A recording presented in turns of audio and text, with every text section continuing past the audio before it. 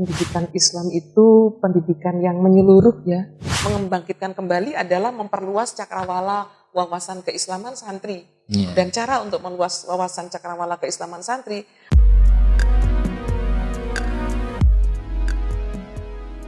Assalamualaikum warahmatullahi wabarakatuh. Bismillahirrahmanirrahim. Alhamdulillahirabbil alamin. Assalatu wassalamu ala asrofil anbiya wal mursalin sayyidina wa maulana wa habibina Muhammadin wa ala alihi wa sahbihi ajmain. Amma ba'du. Pemirsa channel YouTube Sekolah Sabilillah yang berbahagia, alhamdulillah pada kesempatan kali ini kita akan dialog lagi tentang pendidikan Islam, dan kali ini saya bersama dengan Ibu Dr. Hajah Muslihati MPD, salah satu dosen dari Universitas Negeri Malang. Assalamualaikum Bu Mus. Waalaikumsalam Mbak Maskur. Bagaimana kabarnya Bu Mus? Alhamdulillah baik. Walaupun pandemi tetap semangat Bu Mus. Tetap semangat, optimis, produktif, aktif. Iya, jadi nggak ada halangan ya Bu Mus untuk beraktivitas nggih. Insya Allah selalu berusaha untuk produktif. Nggih.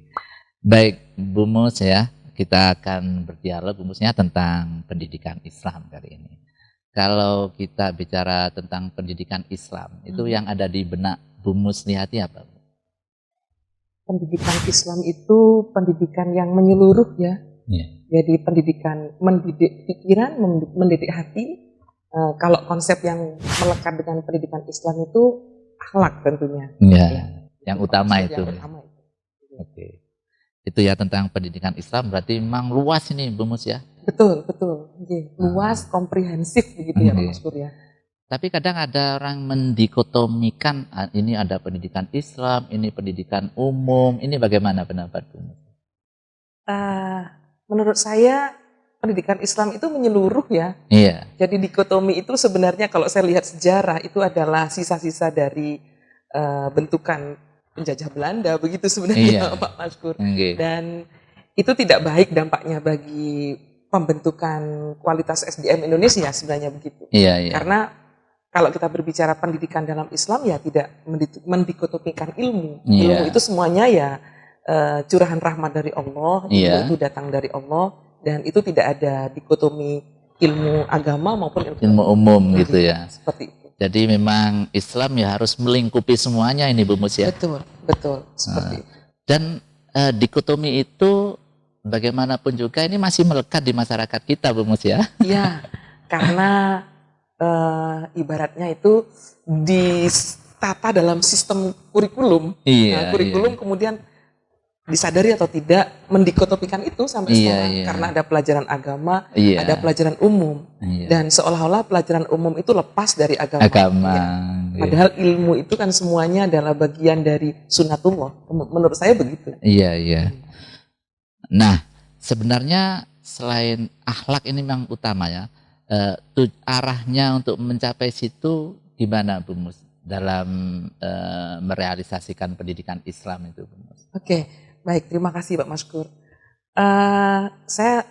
Kita tentu ingat ya, kita merujuk kepada ketika Rasulullah pertama kali diutus, ayat yang diturunkan adalah Iqra. Iya. Jadi pendidikan dalam Islam itu adalah bagaimana seorang menjelajahi alam raya untuk melihat, mengamati, kemudian mempelajari kebesaran Allah dalam konteks yang tidak terbatas, begitu. Karena di ayat yang lain Allah mengatakan bahwa dalam setiap penciptaan apapun yang ada di dunia ini ada hikmahnya. Karena tidak ada sesuatu yang diciptakan Allah itu sia-sia. Tidak ada yang percuma ya. Tidak ada yang percuma. Sehingga dalam penciptaan makhluk yang paling kecil sekalipun, semacam nyamuk yang dijadikan sebagai perumpamaan oleh Allah, di situ ada ayat-ayat maupun apakah itu ayat-ayat yang nanti mengarah kepada ilmu pengetahuan maupun ayat-ayat yang nanti akan menguatkan keimanan. Saya rasa dua sisi itu, pengetahuan dan keimanan itu adalah dua sisi mata uang, dan itu yang harusnya dibentuk dalam pendidikan. Menurut saya begitu Mas. Iya, Bu Mus ya. Kalau kita lihat kan sekarang ini banyak lahir dunia pendidikan Islam itu yang boarding school Bu Mus ya. Betul. Atau dalam bahasa yang lama atau salaf kita kenal pesantren Bu Mus ya. Menurut Bu Mus, dunia pesantren atau boarding school ini dalam mewujudkan pendidikan Islam ini bagaimana Bu Mus?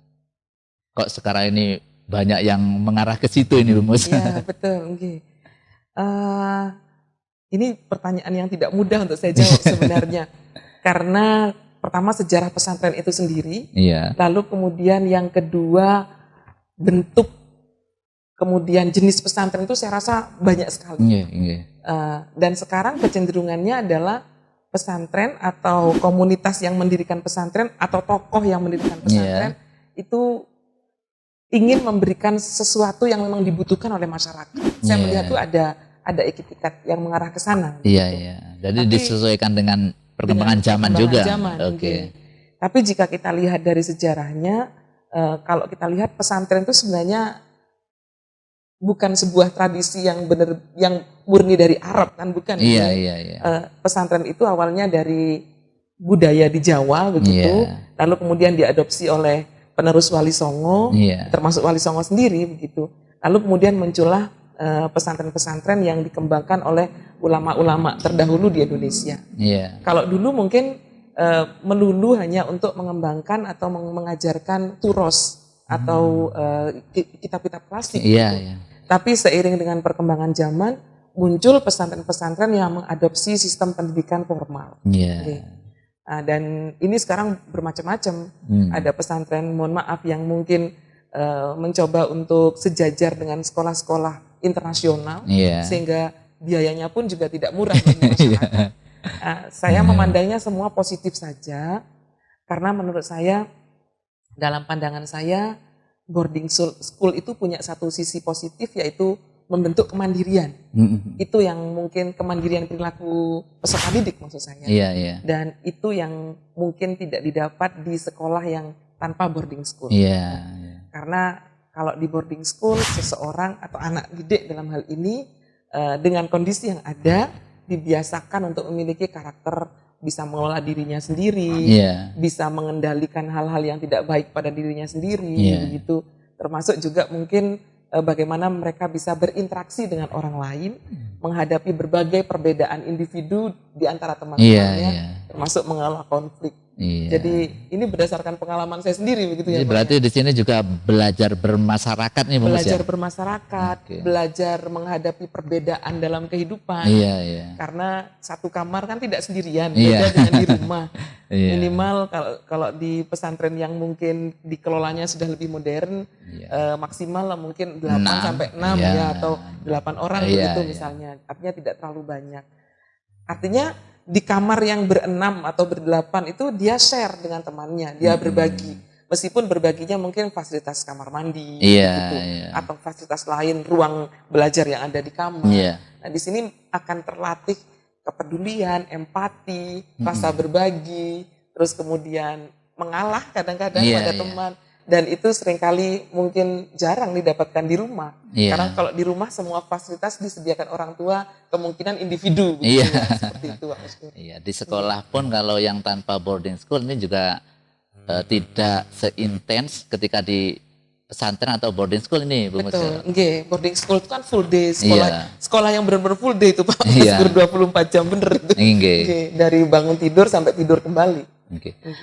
Lalu di tengah fenomena maraknya sekolah Islam boarding school ini, Bu Mus, dalam menanggapi atau menjawab tantangan zaman yang seperti sekarang ini, harus bagaimana ini pengelola boarding school ini, Bu Mus?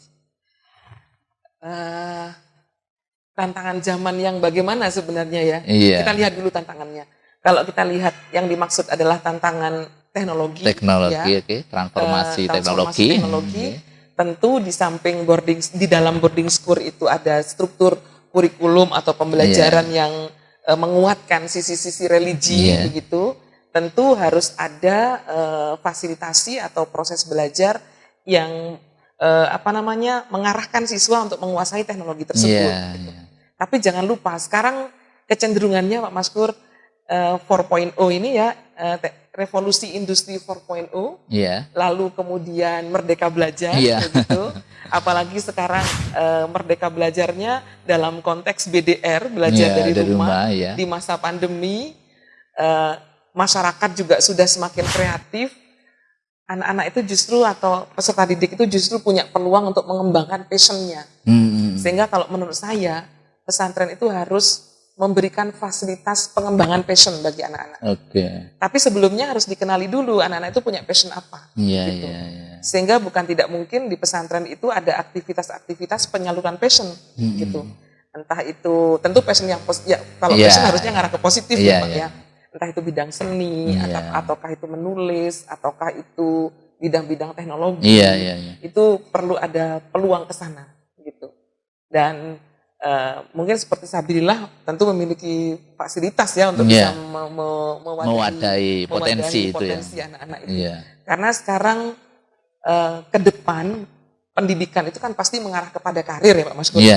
Nah, karir itu sekarang bukan lagi berbasis pada isu-isu karir konvensional, tapi kebanyakan generasi Z itu memilih karir berdasarkan passion. Sehingga penguatan passion itu harus dilakukan dari pendidikan dasar, pendidikan menengah, dan ini mungkin menjadi satu tantangan dan sekaligus peluang bagi sekolah-sekolah yang memiliki boarding school. Seperti itu. Dan karena boarding school mungkin ini Bu Mus ya, ini pengelola ini bisa lebih intens lagi nih Bu Mus ya, mengarahkan ini santri ini potensinya ini, diarahkan ini. Ini mungkin salah satu keunggulan di boarding school Bu Mus. Betul. Hanya begini, seringkali kita mengabaikan anak-anak itu kita lihat ini ada yang berbakat, ada yang tidak berbakat kan. Seringkali kita punya dikotomi seperti itu. Yang harus ada di pikiran kita adalah semua anak berbakat, hanya bakatnya apa, gitu.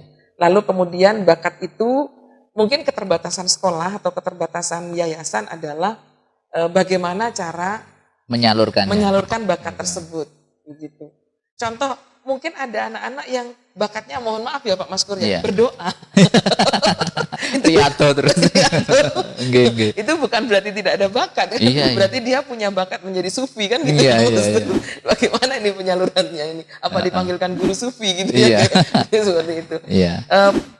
Memotret atau mengidentifikasi bakat inilah yang penting untuk dilakukan. Karena masing-masing santri peserta punya keunikan tersendiri. Betul, punya keunikan tersendiri, dan keunikan itu pada dasarnya kan adalah fitrah karunia dari Allah ya Pak ya.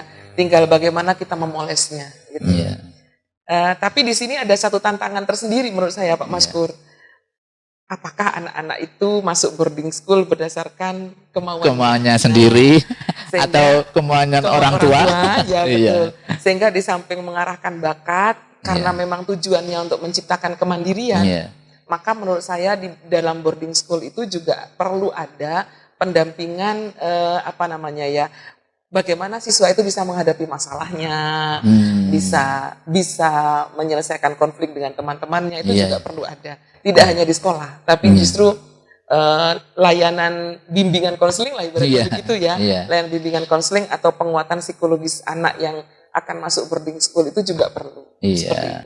Kalau dulu yang pesantren salaf itu kan memang sosok kiai atau itu yang jadi sentral ya. Tapi kalau boarding school yang modern ya harus menggunakan pola-pola yang modern juga nih Bu Mus. Pola-pola yang modern juga, tapi tentu tidak mengurangi esensi pesantren itu sendiri. Mungkin hanya sebagian, tapi supaya tetap ada ruh pesantrennya gitu Mas Gun. Tapi sosok kiainya di sini tentu tidak bisa disamakan dengan pesantren salaf. Karena kalau pesantren salaf ketokohan, kewibawaan, karismatik itu memang menjadi ciri khas dan kekuatan dari pesantren salaf itu sendiri. Apalagi kalau di boarding school juga punya sosok pengasuh yang punya karismatik, ini malah lebih baik lagi nih Bu Mus. Itu tentu akan menambah kekuatan dari boarding school itu sendiri. Lalu Bu Mus, ketika melihat fenomena banyaknya lembaga pendidikan pesantren atau boarding school dewasa ini Bu Mus melihat perkembangannya yang bagaimana terhadap dunia Islam? Apakah optimis nanti dunia Islam akan kembali jaya seperti dulu Bu Mus? Kan kita lihat di sejarah ya, banyak tokoh-tokoh penemu, ahli-ahli bidang matematika, sains itu dari tokoh Islam Bu Mus. Tapi beberapa abad terakhir ini kan nggak muncul ini dari Islam. Gimana Bu Mus? Saya coba membandingkan ya Pak Mas Pur ya. Saya ambil contoh saja dari tokoh yang beliau adalah penggagas Nahdlatul Ulama, Kiai Hasyim Asy'ari. pola belajarnya ulama zaman dulu itu tidak di satu pesantren Pak Maskur, tapi mengembara, berkelana, bukan lagunya Roma Irama ya. Berkelana dalam artian beliau mencoba secara aktif mendatangi pesantren-pesantren yang memiliki kekhasan keilmuan. Misalnya, saya ingin mendalami fikih, maka didatangilah pesantren kiai siapa. Yang ahli di bidang itu. Lalu kemudian beliau ngangsu kaweruh di situ, sampai dinyatakan sebagai orang yang sudah alim di bidang tersebut. Lalu kemudian beliau pindah ke pesantren yang lain. Misalnya akan mendalami tasawuf misalnya, atau mendalami nahwu sorof dan seterusnya. Tapi biasanya nahwu sorof kan menjadi dasar ya, lalu kemudian yang lain. Nah, kecenderungannya Pak Maskur, dalam beberapa dekade terakhir, santri itu biasanya menetap di satu pesantren. Dan dia ya belajar dari sosok dan sistem keilmuan yang menjadi kekhasan sebuah pesantren. Dengan pandemi ini sebenarnya ada satu peluang untuk bisa kembali dalam tanda kutip mirip seperti zamannya Kiai Hasyim Asy'ari. Dengan fasilitas Zoom, dengan fasilitas online meeting, maka tokoh-tokoh pesantren yang ahli fikih kah, mungkin ahli yang lain begitu, itu bisa diundang sehingga seperti yang Pak Maskur tadi katakan, bagaimana membangkitkan kembali dunia pesantren. Membangkitkan kembali adalah memperluas cakrawala wawasan keislaman santri. Dan cara untuk meluas wawasan cakrawala keislaman santri, mencoba meniru apa yang dilakukan oleh Kiai Hasyim Asy'ari, ya, dengan pola kekinian. Jadi mendatangkan para ahli itu begitu melalui teknologi ya, Zoom. Begitu. Kalau dulu kan datang ke tempatnya ya. Betul. Dan datang itu kan membutuhkan biaya yang lebih besar, waktu yang lebih luas, lebih lama maksud saya. Dan ini menjadi peluang sebenarnya, misalnya suatu ketika Sabilillah ingin mengadakan ngaji yang tidak hanya dari satu sumber, tapi dari berbagai sumber, itu justru berpeluang. Dan jika pola ini diterapkan, saya rasa ke depan harapan besar akan kembali. Kita memiliki harapan bahwa dunia pesantren dalam konteks kekinian begitu, dengan format boarding school, itu akan bisa membawa kebangkitan Islam. Karena yang diperlukan oleh remaja sekarang atau generasi masa depan adalah perspektif yang multidimensional, Pak. Supaya tidak ada pemikiran yang kacamata kuda, yang kemudian memunculkan fanatisme yang berefek tidak baik ya, baik dalam narasi agama itu sendiri maupun dalam konteks berbangsa dan bernegara begitu. Seperti itu. Terima kasih Bu Mus. Kemudian yang terakhir ini ya, mungkin ada pendapat atau saran Bu Mus, bagaimana pendidikan Islam ke depannya ini Bu Mus? Ini pertanyaan berat ini. Pendidikan itu menurut saya bukan tanggung jawab, bukan satu-satunya berada tanggung jawabnya itu pada lembaga. Sehingga pendidikan Islam itu adalah tanggung jawab bersama, harusnya muncul kesadaran kolektif dari orang tua sebagai penerima amanah dari Allah. Lalu kemudian lembaga itu sendiri sebagai penerima amanah dari orang tua. Sehingga harusnya pendidikan Islam dikelola dalam artian dikelola dengan semangat kebersamaan, ada kesadaran dari orang tua, apa yang harus disupport kepada lembaga, dan kemudian ada kesadaran dari lembaga untuk bisa memberikan yang terbaik kepada masyarakat sesuai dengan kebutuhan saat ini. Misalnya dunia Islam saat ini membutuhkan penguatan Islam yang rahmatan lil alamin misalnya. Maka dalam struktur kurikulum, dalam program harus ada upaya untuk mewujudkan Islam yang rahmatan lil alamin itu sendiri begitu. Baik dalam materi pembelajaran maupun dalam program-program keseharian yang ada di sekolah.